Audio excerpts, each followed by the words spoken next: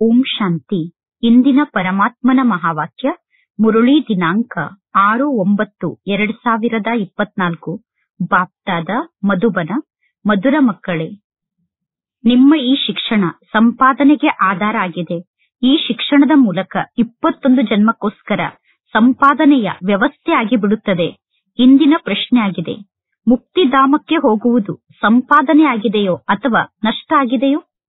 ಅಂದರೆ ಮುಕ್ತಿಧಾಮಕ್ಕೆ ಹೋಗುವುದು ಲಾಭ ಆಗಿದೆಯೋ ಅಥವಾ ನಷ್ಟ ಆಗಿದೆಯೋ? ಉತ್ತರ, ಭಕ್ತರಿಗೋಸ್ಕರ ಮುಕ್ತಿಧಾಮಕ್ಕೆ ಹೋಗುವುದೇ ಸಂಪಾದನೆ ಆಗಿದೆ. ಏಕೆಂದರೆ ಅರ್ಧ ಕಲ್ಪದಿಂದ ಭಕ್ತರು ಶಾಂತಿ ಬೇಕು, ಶಾಂತಿ ಬೇಕು ಎಂದು ಬೇಡುತ್ತಾ ಬಂದಿದ್ದಾರೆ. ಬಹಳಷ್ಟು ಪರಿಶ್ರಮವನ್ನು ಪಟ್ಟ ನಂತರವೂ ಭಕ್ತರಿಗೆ ಶಾಂತಿ ಪ್ರಾಪ್ತಿಯಾಗಿಲ್ಲ. ಈಗ ಪರಮಾತ್ಮ ತಂದೆಯ ಮೂಲಕ ನಮಗೆ ಶಾಂತಿ ಪ್ರಾಪ್ತಿಯಾಗುತ್ತಿದೆ. ಅಂದರೆ ನಾವೀಗ ಮುಕ್ತಿಧಾಮಕ್ಕೆ ಹೋಗುತ್ತೇವೆ. ಅಂದ ಮೇಲೆ ಮುಕ್ತಿಧಾಮಕ್ಕೆ ಹೋಗುವುದು ನಮ್ಮ ಅರ್ಧ ಕಲ್ಪದ ಪರಿಶ್ರಮದ ಫಲ ಆಗಿದೆ. ಆದ್ದರಿಂದ ಮುಕ್ತಿಧಾಮಕ್ಕೆ ಹೋಗುವುದಕ್ಕೆ ಸಂಪಾದನೆ ಎಂದು ಕರೆಯಲಾಗುತ್ತದೆ, ನಷ್ಟ ಎಂದು ಕರೆಯುವುದಿಲ್ಲ. ಅಂದರೆ ಮುಕ್ತಿಧಾಮಕ್ಕೆ ಹೋಗುವುದು ಲಾಭವೇ ಆಗಿದೆ, ನಷ್ಟ ಅಲ್ಲ. ಈಗ ಮಕ್ಕಳಾದ ನೀವು ಜೀವನ್ ಮುಕ್ತಿಯನ್ನು ಪ್ರಾಪ್ತಿ ಮಾಡಿಕೊಳ್ಳಲು ಪುರುಷಾರ್ಥವನ್ನು ಮಾಡುತ್ತಿದ್ದೀರಾ. ಈಗ ನಿಮ್ಮ ಬುದ್ಧಿಯಲ್ಲಿ ಸಂಪೂರ್ಣ ವಿಶ್ವದ ಇತಿಹಾಸ ಮತ್ತು ಭೂಗೋಳದ ಜ್ಞಾನ ಕುಣಿಯುತ್ತಾ ಇದೆ. ಅಂದರೆ ಸಂಪೂರ್ಣ ವಿಶ್ವದ ಇತಿಹಾಸ ಮತ್ತು ಭೂಗೋಳದ ಜ್ಞಾನವನ್ನು ಬುದ್ಧಿಯಲ್ಲಿ ಇಟ್ಟುಕೊಂಡು ನೀವು ಮನಸ್ಸಿನ ಮೂಲಕ ಖುಷಿಯಿಂದ ಕುಣಿಯುತ್ತಿದ್ದೀರಾ. ಓಂ ಶಾಂತಿ. ಮಧುರಾತಿ ಮಧುರ ಆತ್ಮಿಕ ಮಕ್ಕಳಿಗೆ ಆತ್ಮಿಕ ತಂದೆ ತಿಳಿಸಿದ್ದಾರೆ, ಆತ್ಮವೇ ಎಲ್ಲವನ್ನೂ ಅರ್ಥ ಮಾಡಿಕೊಳ್ಳುತ್ತದೆ, ಆತ್ಮವೇ ಸಂಪೂರ್ಣ ಜ್ಞಾನವನ್ನು ಅರ್ಥ ಮಾಡಿಕೊಳ್ಳುತ್ತದೆ.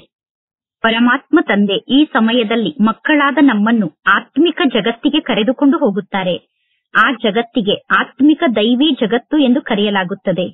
ಇನ್ನು ಈ ಸಾಕಾರ ಜಗತ್ತಿಗೆ ಸ್ಥೂಲ ಜಗತ್ತು ಎಂದು ಕರೆಯಲಾಗುತ್ತದೆ. ಇದು ಮನುಷ್ಯರ ಜಗತ್ತಾಗಿದೆ. ಮಕ್ಕಳಿಗೆ ಗೊತ್ತಿದೆ, ಮೊದಲು ದೈವಿ ಜಗತ್ತಿತ್ತು. ಆ ದೈವಿ ಜಗತ್ತಿನಲ್ಲಿ ದೈವಿ ಮನುಷ್ಯರು ಇದ್ದರು. ದೈವಿ ಮನುಷ್ಯರ ಪವಿತ್ರ ಜಗತ್ತು ಮೊದಲು ಇತ್ತು. ಈಗ ಮನುಷ್ಯರು ಅಪವಿತ್ರರಾಗಿದ್ದಾರೆ. ಆದ್ದರಿಂದ ಆ ದೇವತೆಗಳ ಗಾಯನ ಮತ್ತು ಪೂಜೆಯನ್ನು ಮಾಡುತ್ತಾರೆ. ಈಗ ನಿಮಗೆ ಸ್ಮೃತಿ ಬಂದಿದೆ, ಅವಶ್ಯವಾಗಿ ಮೊದಲು ಈ ವೃಕ್ಷದಲ್ಲಿ ಒಂದೇ ಧರ್ಮ ಇರುತ್ತದೆ. ವಿರಾಟ ರೂಪದಲ್ಲಿ ವೃಕ್ಷದ ಬಗ್ಗೆ ಕೂಡ ನೀವು ತಿಳಿಸಬೇಕು. ವಿರಾಟ ರೂಪದ ಚಿತ್ರದ ಬಗ್ಗೆ ತಿಳಿಸುವಾಗ ವೃಕ್ಷದ ಬಗ್ಗೆ ಕೂಡ ನೀವು ತಿಳಿಸಬೇಕು. ಈ ವೃಕ್ಷದ ಬೀಜ ರೂಪ ಆದಂತಹ ಪರಮಾತ್ಮ ತಂದೆ ಮೇಲಿದ್ದಾರೆ. ಈ ವೃಕ್ಷದ ಬೀಜ ಮೇಲಿದೆ. ವೃಕ್ಷದ ಬೀಜ ಸ್ವಯಂ ಪರಮಾತ್ಮ ತಂದೆ ಆಗಿದ್ದಾರೆ. ಪುನಃ ಎಂತಹ ವೃಕ್ಷವೋ ಅಂತಹ ಫಲ ಪ್ರಾಪ್ತಿಯಾಗುತ್ತದೆ. ಅಂದರೆ ಮೊದಲು ವೃಕ್ಷದಲ್ಲಿ ಎಲೆಗಳು ಹುಟ್ಟುತ್ತದೆ. ಇದೆಲ್ಲ ಅದ್ಭುತವಾದ ಮಾತಾಗಿದೆ. ಎಷ್ಟು ಸಣ್ಣದಾದಂತಹ ಬೀಜ ಎಷ್ಟೊಂದು ಫಲವನ್ನು ನೀಡುತ್ತದೆ. ನಂತರ ಆ ವೃಕ್ಷದ ರೂಪವೇ ಪರಿವರ್ತನೆ ಆಗುತ್ತಾ ಹೋಗುತ್ತದೆ. ಈ ಮನುಷ್ಯ ಸೃಷ್ಟಿ ಅನ್ನುವ ವೃಕ್ಷದ ಬಗ್ಗೆ ಜಗತ್ತಿನಲ್ಲಿ ಯಾರಿಗೂ ಗೊತ್ತಿಲ್ಲ. ಈ ವೃಕ್ಷಕ್ಕೆ ಕಲ್ಪವೃಕ್ಷ ಎಂದು ಕರೆಯಲಾಗುತ್ತದೆ. ಈ ವೃಕ್ಷದ ಬಗ್ಗೆ ಕೇವಲ ಭಗವದ್ಗೀತೆಯಲ್ಲಿ ಮಾತ್ರ ವರ್ಣನೆ ಇದೆ.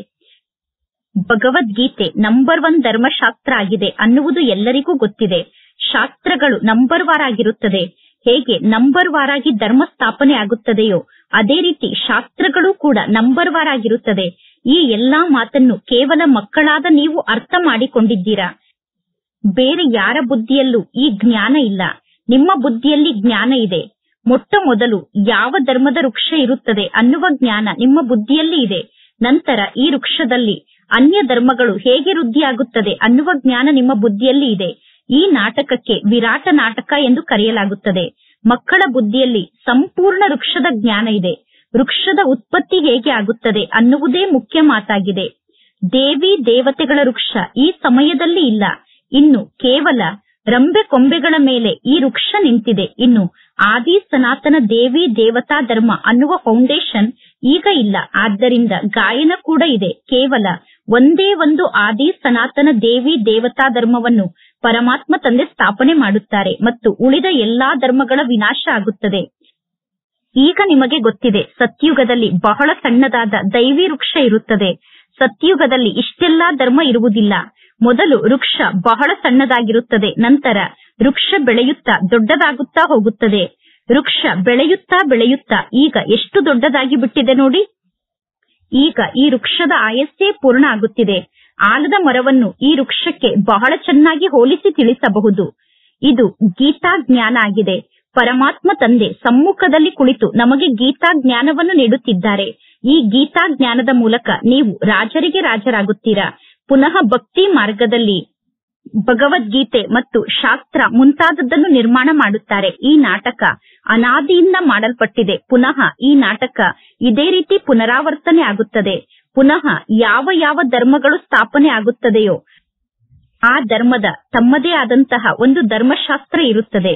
ಸಿಖ್ ಧರ್ಮದವರ ಧರ್ಮಶಾಸ್ತ್ರವೇ ಬೇರೆ ಆಗಿರುತ್ತದೆ. ಕ್ರಿಶ್ಚಿಯನ್ನರ ಧರ್ಮಶಾಸ್ತ್ರವೇ ಬೇರೆ ಆಗಿರುತ್ತದೆ. ಬೌದ್ಧಿಗಳಿಗೆ ತಮ್ಮದೇ ಆದಂತಹ ಧರ್ಮಶಾಸ್ತ್ರ ಇರುತ್ತದೆ. ಈಗ ನಿಮ್ಮ ಬುದ್ಧಿಯಲ್ಲಿ ಸಂಪೂರ್ಣ ವಿಶ್ವದ ಇತಿಹಾಸ ಮತ್ತು ಭೂಗೋಳದ ಜ್ಞಾನ ಕುಣಿಯುತ್ತಿದೆ. ಅಂದರೆ ಇತಿಹಾಸ ಮತ್ತು ಭೂಗೋಳದ ಜ್ಞಾನವನ್ನು ಧಾರಣೆ ಮಾಡಿಕೊಂಡು ನಿಮ್ಮ ಮನಸ್ಸು ಖುಷಿಯಿಂದ ಕುಣಿಯುತ್ತಿದೆ.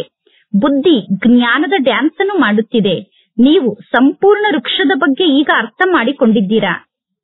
ಹೇಗೆ ಹೇಗೆ ಅನ್ಯ ಧರ್ಮದವರು ಈ ಸೃಷ್ಟಿಗೆ ಬರುತ್ತಾರೆ ಮತ್ತು ಹೇಗೆ ಧರ್ಮಗಳ ವೃದ್ಧಿ ಆಗುತ್ತದೆ ಅನ್ನುವುದು ನಿಮಗೆ ಗೊತ್ತಿದೆ. ಪುನಃ ನಮ್ಮದೇ ಆದಂತೆ ಉಳಿದ ಎಲ್ಲಾ ಧರ್ಮಗಳ ವಿನಾಶ ಆಗುತ್ತದೆ. ಗಾಯನ ಕೂಡ ಇದೆ. ಜ್ಞಾನ ಸೂರ್ಯ ಪ್ರಕಟ ಆದ ತಕ್ಷಣ ಅಜ್ಞಾನದ ಅಂಧಕಾರ ವಿನಾಶ ಆಗುತ್ತದೆ ಎಂದು. ಈಗ ಈ ಜಗತ್ತಿನಲ್ಲಿ ಸಂಪೂರ್ಣ ಅಂಧಕಾರ ಇದೆ. ಈ ಜಗತ್ತಿನಲ್ಲಿ ಬಹಳಷ್ಟು ಜನ ಮನುಷ್ಯರಿದ್ದಾರೆ. ಪುನಃ ಇಷ್ಟೆಲ್ಲಾ ಜನ ಮನುಷ್ಯರಿರುವುದಿಲ್ಲ. ಈ ಲಕ್ಷ್ಮೀನಾರಾಯಣರ ರಾಜ್ಯದಲ್ಲಿ ಅನ್ಯ ಧರ್ಮದವರು ಇರಲಿಲ್ಲ. ಪುನಃ ಒಂದು ಧರ್ಮ ಅವಶ್ಯವಾಗಿ ಸ್ಥಾಪನೆ ಆಗಲೇಬೇಕು. ಪರಮಾತ್ಮ ತಂದೆ ಬಂದು ಈ ಜ್ಞಾನವನ್ನು ಮಕ್ಕಳಿಗೆ ತಿಳಿಸುತ್ತಾರೆ. ಮಕ್ಕಳಾದ ನೀವು ಸಂಪಾದನೆಯನ್ನು ಮಾಡಿಕೊಳ್ಳುವುದಕ್ಕೋಸ್ಕರ ಇಲ್ಲಿಗೆ ಬಂದು ಜ್ಞಾನದ ಶಿಕ್ಷಣವನ್ನು ಕಲಿಯುತ್ತಿದ್ದೀರಾ.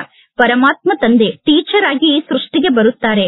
ಅಂದ ಮೇಲೆ ಅರ್ಧ ಕಲ್ಪಕ್ಕೋಸ್ಕರ ನಿಮ್ಮ ಸಂಪಾದನೆಗೆ ಈಗ ವ್ಯವಸ್ಥೆ ಆಗಿಬಿಡುತ್ತದೆ. ನೀವು ಬಹಳಷ್ಟು ಶ್ರೀಮಂತರಾಗುತ್ತೀರಾ. ನೀವೀಗ ಬಹಳಷ್ಟು ಧನವಂತರಾಗುತ್ತೀರಾ. ನಿಮಗೆ ಗೊತ್ತಿದೆ, ನಾವೀಗ ಶಿಕ್ಷಣವನ್ನು ಕಲಿಯುತ್ತಿದ್ದೇವೆ. ಇದು ಅವಿನಾಶಿ ಜ್ಞಾನರತ್ನದ ಶಿಕ್ಷಣ ಆಗಿದೆ. ಭಕ್ತಿಗೆ ಅವಿನಾಶಿ ಜ್ಞಾನರತ್ನ ಎಂದು ಕರೆಯುವುದಿಲ್ಲ. ಭಕ್ತಿಯಲ್ಲಿ ಮನುಷ್ಯರು ಏನೆಲ್ಲವನ್ನು ಓದುತ್ತಾರೋ ಅದರ ಮೂಲಕ ಅವರಿಗೆ ನಷ್ಟವೇ ಆಗುತ್ತದೆ. ಭಕ್ತಿಯಲ್ಲಿ ಸಿಗುವಂತಹ ಜ್ಞಾನ ರತ್ನ ಆಗುವುದಿಲ್ಲ. ಜ್ಞಾನರತ್ನದ ಸಾಗರ ಒಬ್ಬ ಪರಮಾತ್ಮ ತಂದೆಯಾಗಿದ್ದಾರೆ. ಆ ಒಬ್ಬ ಪರಮಾತ್ಮ ತಂದೆಗೆ ಜ್ಞಾನರತ್ನಗಳ ಸಾಗರ ಎಂದು ಕರೆಯಲಾಗುತ್ತದೆ. ಇನ್ನು ಜಗತ್ತಿನಲ್ಲಿ ಕೇವಲ ಭಕ್ತಿ ಇದೆ. ಭಕ್ತಿಯಲ್ಲಿ ಯಾವುದೇ ಪ್ರಕಾರದ ಗುರಿ ಉದ್ದೇಶ ಇಲ್ಲ. ಭಕ್ತಿಯ ಮೂಲಕ ಸಂಪಾದನೆ ಆಗುವುದಿಲ್ಲ. ಸಂಪಾದನೆಯನ್ನು ಮಾಡಿಕೊಳ್ಳುವುದಕ್ಕೋಸ್ಕರ ಶಾಲೆಯಲ್ಲಿ ಶಿಕ್ಷಣವನ್ನು ಕಲಿಯುತ್ತಾರೆ. ಪುನಃ ಭಕ್ತಿಯನ್ನು ಮಾಡುವುದಕ್ಕೋಸ್ಕರ ಗುರುಗಳ ಬಳಿ ಹೋಗುತ್ತಾರೆ. ಕೆಲವರು ಯುವಕರಾಗಿರುವಾಗಲೇ ಗುರುಗಳ ಬಳಿ ಹೋಗುತ್ತಾರೆ. ಇನ್ನು ಕೆಲವರು ವೃದ್ಧರಾದ ನಂತರ ಗುರುಗಳ ಬಳಿ ಹೋಗುತ್ತಾರೆ. ಕೆಲವರು ಬಾಲ್ಯದಲ್ಲೇ ಸನ್ಯಾಸವನ್ನು ಸ್ವೀಕಾರ ಮಾಡುತ್ತಾರೆ.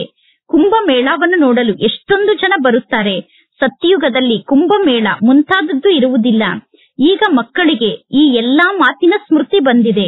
ರಚಯಿತ ಮತ್ತು ರಚನೆಯ ಆದಿ ಮಧ್ಯ ಅಂತ್ಯದ ಬಗ್ಗೆ ನೀವೀಗ ಅರ್ಥ ಮಾಡಿಕೊಂಡಿದ್ದೀರಾ.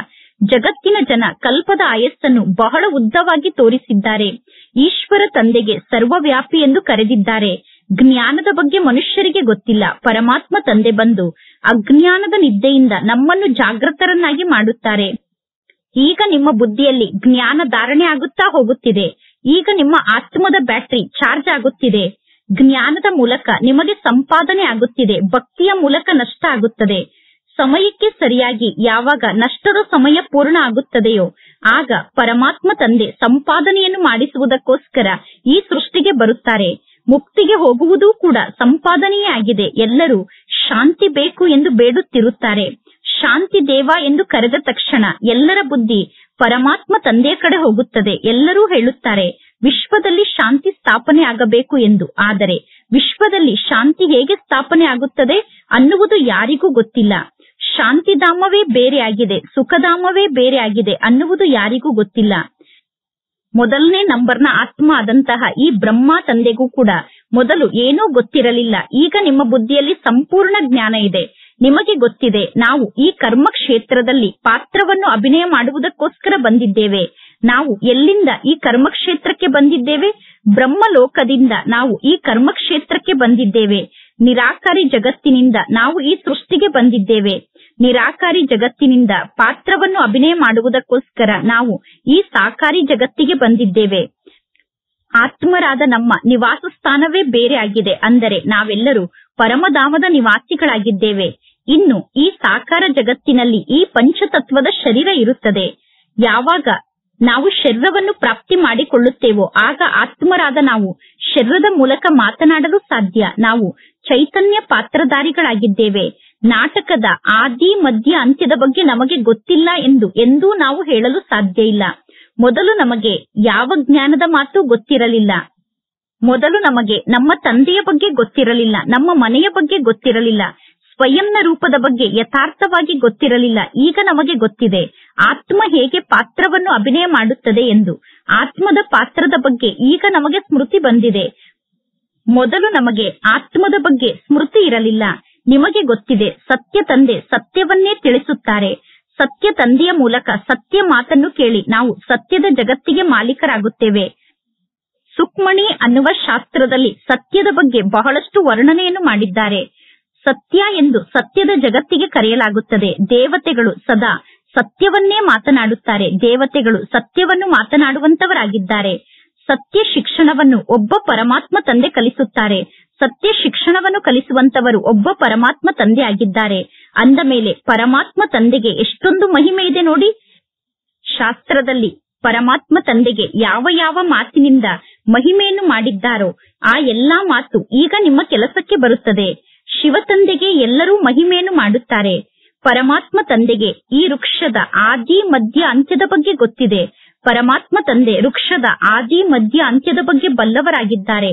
ಪರಮಾತ್ಮ ತಂದೆ ಸತ್ಯವನ್ನೇ ಹೇಳುತ್ತಾರೆ. ಸತ್ಯ ತಂದೆ ಸತ್ಯವನ್ನೇ ಹೇಳುತ್ತಾರೆ. ಅಂದ ಮೇಲೆ ಸತ್ಯ ತಂದೆಯ ಮೂಲಕ ಸತ್ಯ ಮಾತನ್ನು ಕೇಳಿ ಮಕ್ಕಳಾದ ನೀವು ಕೂಡ ಸತ್ಯವಂತರಾಗುತ್ತೀರಾ. ಇಡೀ ಜಗತ್ತೇ ಸತ್ಯದ ಜಗತ್ತಾಗಿ ಬಿಡುತ್ತದೆ. ಭಾರತ ಮೊದಲು ಸತ್ಯದ ಜಗತ್ತಾಗಿತ್ತು. ಭಾರತ ನಂಬರ್ 1 ಸರ್ವಶ್ರೇಷ್ಠ ತೀರ್ಥಸ್ಥಾನ ಆಗಿದೆ. ಏಕೆಂದರೆ ಸರ್ವರಿಗೂ ಸದ್ಗತಿಯನ್ನು ನೀಡುವಂತಹ ಪರಮಾತ್ಮ ತಂದೆ ಭಾರತದಲ್ಲೇ ಬರುತ್ತಾರೆ. ಈಗ ಒಂದು ಧರ್ಮದ ಸ್ಥಾಪನೆ ಆಗುತ್ತದೆ, ಉಳಿದ ಎಲ್ಲಾ ಧರ್ಮಗಳ ವಿನಾಶ ಆಗುತ್ತದೆ. ಪರಮಾತ್ಮ ತಂದೆ ತಿಳಿಸಿದ್ದಾರೆ, ಸೂಕ್ಷ್ಮ ವತನದಲ್ಲಿ ಏನೂ ಇಲ್ಲ. ಸೂಕ್ಷ್ಮ ವತನದಲ್ಲಿ ಕೇವಲ ನೀವು ಸಾಕ್ಷಾತ್ಕಾರವನ್ನು ಮಾಡಿಕೊಳ್ಳುತ್ತೀರಾ. ಇದೆಲ್ಲ ನಿಮಗೆ ಸಾಕ್ಷಾತ್ಕಾರ ಆಗುತ್ತದೆ. ಭಕ್ತಿ ಮಾರ್ಗದಲ್ಲೂ ಕೂಡ ಸಾಕ್ಷಾತ್ಕಾರ ಆಗುತ್ತದೆ. ಸಾಕ್ಷಾತ್ಕಾರ ಆಗದೇ ಇದ್ದಿದ್ದರೆ ಇಷ್ಟೊಂದು ಮಂದಿರವನ್ನು ಹೇಗೆ ನಿರ್ಮಾಣ ಮಾಡುತ್ತಿದ್ದರು, ಇಷ್ಟೊಂದು ಪೂಜೆ ಹೇಗೆ ನಡೆಯುತ್ತಿತ್ತು. ಸಾಕ್ಷಾತ್ಕಾರವನ್ನು ಮಾಡಿಕೊಳ್ಳುತ್ತಾರೆ, ಅನುಭವ ಮಾಡುತ್ತಾರೆ. ಈ ದೇವತೆಗಳು ಚೈತನ್ಯದಲ್ಲಿ ಇದ್ದರು ಎಂದು ಸಾಕ್ಷಾತ್ಕಾರದ ಮೂಲಕ ಜನ ಅನುಭವ ಮಾಡುತ್ತಾರೆ. ಪರಮಾತ್ಮ ತಂದೆ ತಿಳಿಸುತ್ತಾರೆ, ಭಕ್ತಿ ಮಾರ್ಗದಲ್ಲಿ ಎಷ್ಟೆಲ್ಲಾ ಮಂದಿರವನ್ನು ನಿರ್ಮಾಣ ಮಾಡುತ್ತಾರೋ, ನೀವು ಎಷ್ಟೆಲ್ಲಾ ಮಂದಿರದ ಬಗ್ಗೆ ಭಕ್ತಿ ಮಾರ್ಗದಲ್ಲಿ ಕೇಳಿದ್ದೀರೋ, ನೋಡಿದ್ದೀರೋ, ಈಗ ಪುನಃ ಭಕ್ತಿ ಮಾರ್ಗದಲ್ಲಿ ಅದೆಲ್ಲವೂ ಪುನರಾವರ್ತನೆ ಆಗುತ್ತದೆ. ಅಂದರೆ ಭಕ್ತಿ ಮಾರ್ಗದಲ್ಲಿ ಪುನಃ ಅಷ್ಟೆಲ್ಲಾ ಮಂದಿರವನ್ನು ನಿರ್ಮಾಣ ಮಾಡುತ್ತೀರಾ. ಈ ನಾಟಕ ಚಕ್ರ ಪುನರಾವರ್ತನೆ ಆಗುತ್ತಿರುತ್ತದೆ. ಇದು ಜ್ಞಾನ ಮತ್ತು ಭಕ್ತಿ ಆಟ ಆಗಿದೆ. ಜ್ಞಾನ ಮತ್ತು ಭಕ್ತಿಯ ಆಧಾರದಿಂದ ಈ ಆಟ ಮಾಡಲ್ಪಟ್ಟಿದೆ. ಸದಾ ಹೇಳಲಾಗುತ್ತದೆ ಜ್ಞಾನ, ಭಕ್ತಿ ಮತ್ತು ವೈರಾಗ್ಯ ಎಂದು. ಆದರೆ ವಿಸ್ತಾರವಾದ ಮಾತನ್ನು ಯಾರೂ ಅರ್ಥ ಮಾಡಿಕೊಂಡಿಲ್ಲ. ಪರಮಾತ್ಮ ತಂದೆ ಕುಳಿತು ತಿಳಿಸುತ್ತಾರೆ, ಜ್ಞಾನ ಅಂದರೆ ಹಗಲಾಗಿದೆ, ಭಕ್ತಿ ಅಂದರೆ ರಾತ್ರಿಯಾಗಿದೆ. ಈಗ ನಿಮಗೆ ರಾತ್ರಿಯ ಬಗ್ಗೆ ವೈರಾಗ್ಯ ಬರುತ್ತದೆ, ನಂತರ ಪುನಃ ಹಗಲು ಬರುತ್ತದೆ. ಭಕ್ತಿ ಮಾರ್ಗದಲ್ಲಿ ದುಃಖ ಇದೆ, ಆದ್ದರಿಂದ ಭಕ್ತಿ ಮಾರ್ಗದ ಬಗ್ಗೆ ವೈರಾಗ್ಯ ಬರುತ್ತದೆ. ಕಲಿಯುಗದಲ್ಲಿ ದುಃಖ ಇರುವ ಕಾರಣ ಈ ದುಃಖದ ಜಗತ್ತಿನ ಬಗ್ಗೆ ವೈರಾಗ್ಯ ಬರುತ್ತದೆ.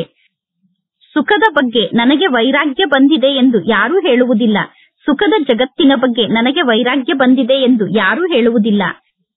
ಸನ್ಯಾಸಿಗಳು ಕೂಡ ದುಃಖದ ಕಾರಣವನ್ನು ತಿಳಿದುಕೊಂಡು ಈ ದುಃಖದ ಜಗತ್ತಿನ ಬಗ್ಗೆ ವೈರಾಗಿಗಳಾಗುತ್ತಾರೆ. ಸನ್ಯಾಸಿಗಳು ತಿಳಿದುಕೊಂಡಿದ್ದಾರೆ ಪವಿತ್ರತೆಯಲ್ಲಿ ಸುಖ ಇದೆ ಎಂದು. ಆದ್ದರಿಂದ ಪತ್ನಿಯನ್ನು ತ್ಯಾಗ ಮಾಡಿ ಅವರು ಸನ್ಯಾಸವನ್ನು ಸ್ವೀಕಾರ ಮಾಡಿ ಕಾಡಿಗೆ ಹೋಗುತ್ತಾರೆ.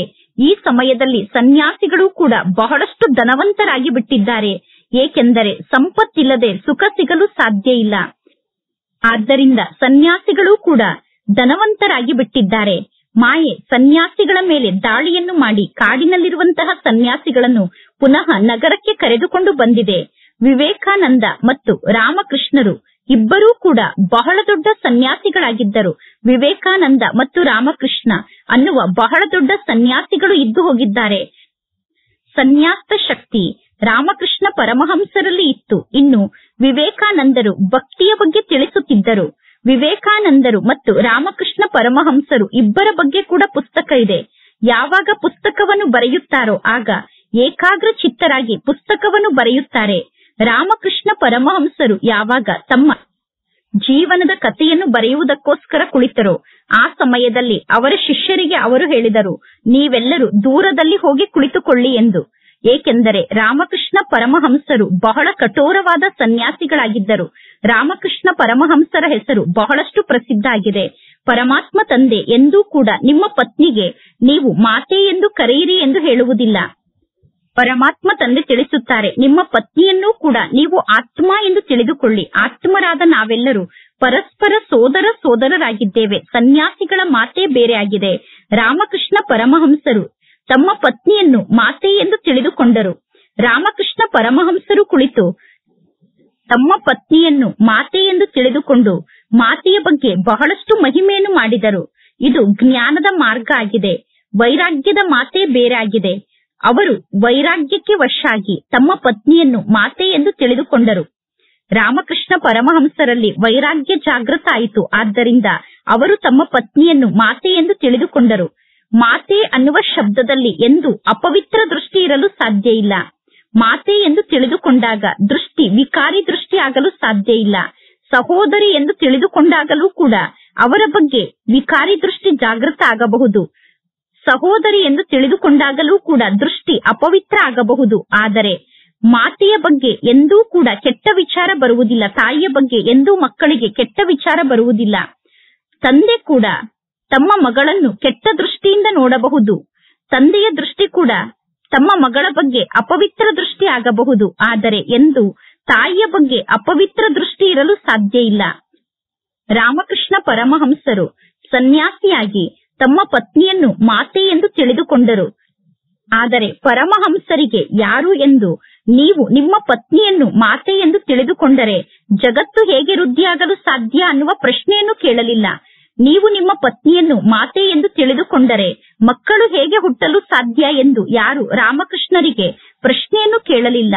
ಅಲ್ಲಿ ಕೇವಲ ಒಬ್ಬರಿಗೆ ವೈರಾಗ್ಯ ಬಂದಿತ್ತು. ಆದ್ದರಿಂದ ವೈರಾಗ್ಯ ಬಂದಂತಹ ಪರಮಹಂಸರು ತಮ್ಮ ಪತ್ನಿಗೆ ಮಾತೆ ಎಂದು ಕರೆದರು. ಈಗ ನೋಡಿ, ಪರಮಹಂಸರಿಗೆ ಎಷ್ಟೊಂದು ಮಹಿಮೆಯನ್ನು ಮಾಡುತ್ತಾರೆ. ಈ ಸಂಗಮ ಯುಗದಲ್ಲಿ ಸೋದರ ಸೋದರಿಯರು ಎಂದು ಹೇಳಿದ ನಂತರವೂ ಅನೇಕರ ದೃಷ್ಟಿ ಅಪವಿತ್ರ ದೃಷ್ಟಿ ಆಗಿಬಿಡುತ್ತದೆ. ಇಲ್ಲಿ ಎಲ್ಲರೂ ಪರಸ್ಪರ ಸೋದರ ಸೋದರಿಯರಾಗಿದ್ದೇವೆ ಎಂದು ತಿಳಿದುಕೊಂಡ ನಂತರವೂ ದೃಷ್ಟಿ ವಿಕಾರಿ ದೃಷ್ಟಿ ಆಗುತ್ತದೆ.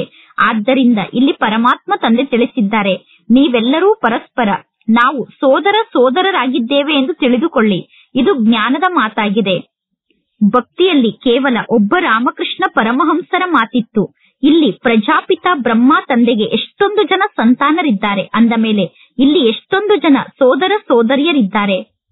ಪರಮಾತ್ಮ ತಂದೆ ಕುಳಿತು ಈ ಎಲ್ಲಾ ಜ್ಞಾನದ ಮಾತಿನ ಬಗ್ಗೆ ತಿಳಿಸುತ್ತಾರೆ.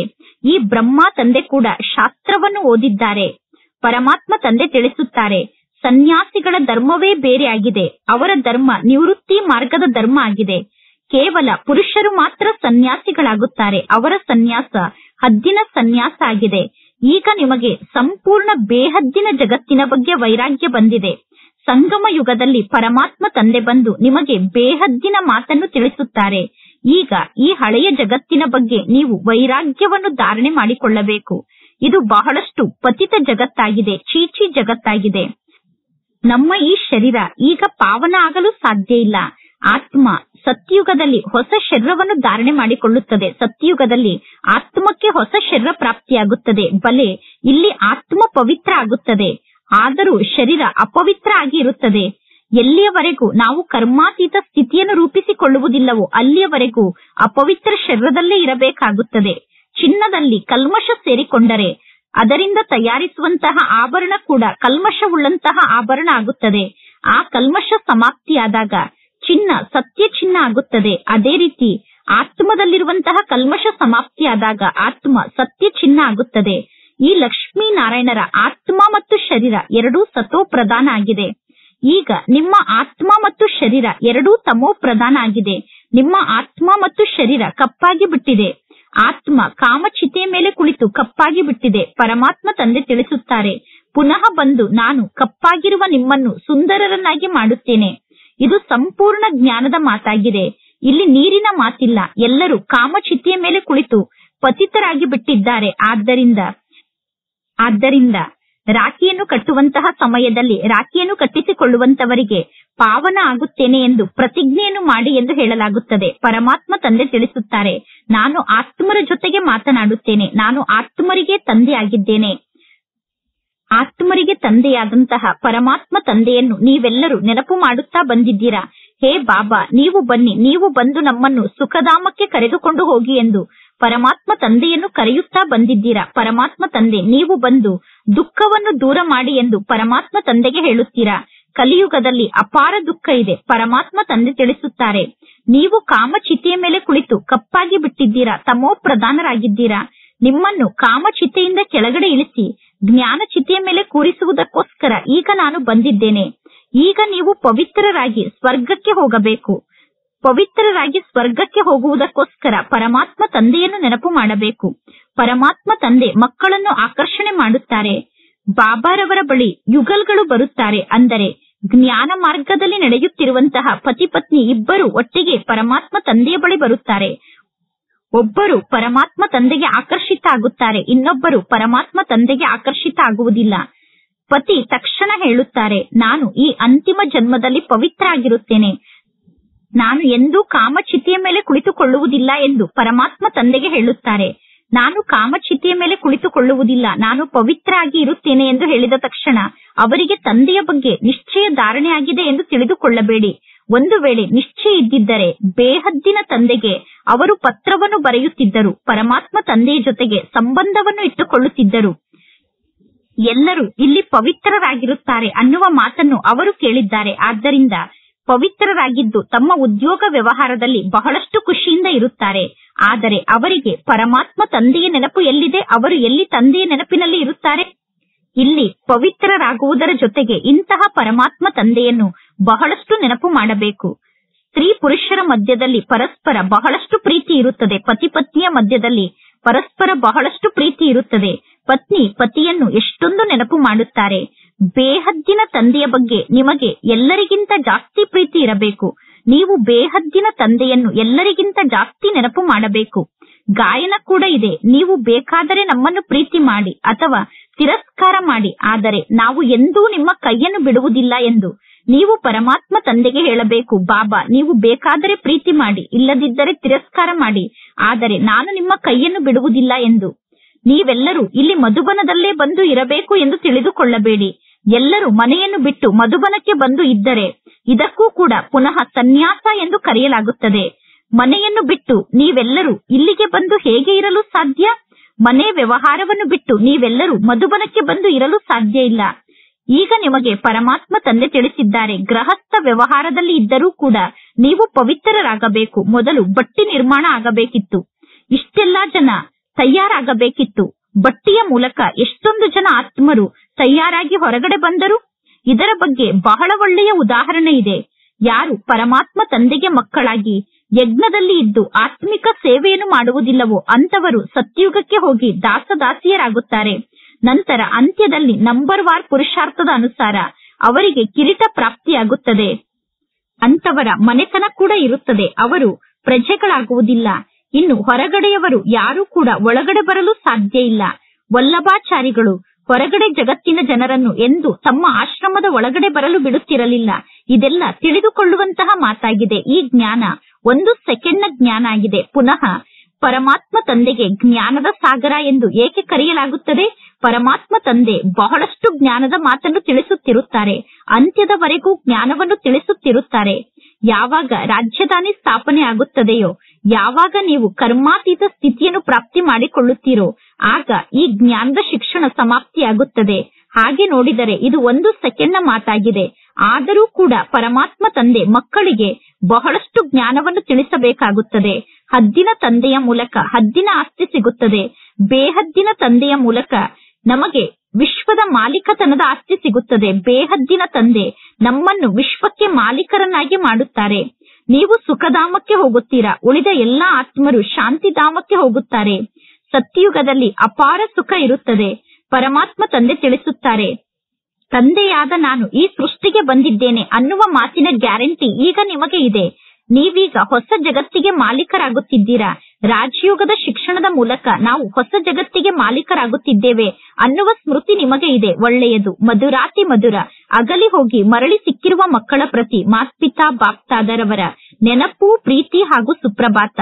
ಆತ್ಮಿಕ ಮಕ್ಕಳಿಗೆ ಆತ್ಮಿಕ ತಂದೆಯ ನಮಸ್ತೆ, ಆತ್ಮಿಕ ತಂದೆಗೆ ಆತ್ಮಿಕ ಮಕ್ಕಳ ನೆನಪು, ಪ್ರೀತಿ ಹಾಗೂ ನಮಸ್ತೆ ನಮಸ್ತೆ ನಮಸ್ತೆ.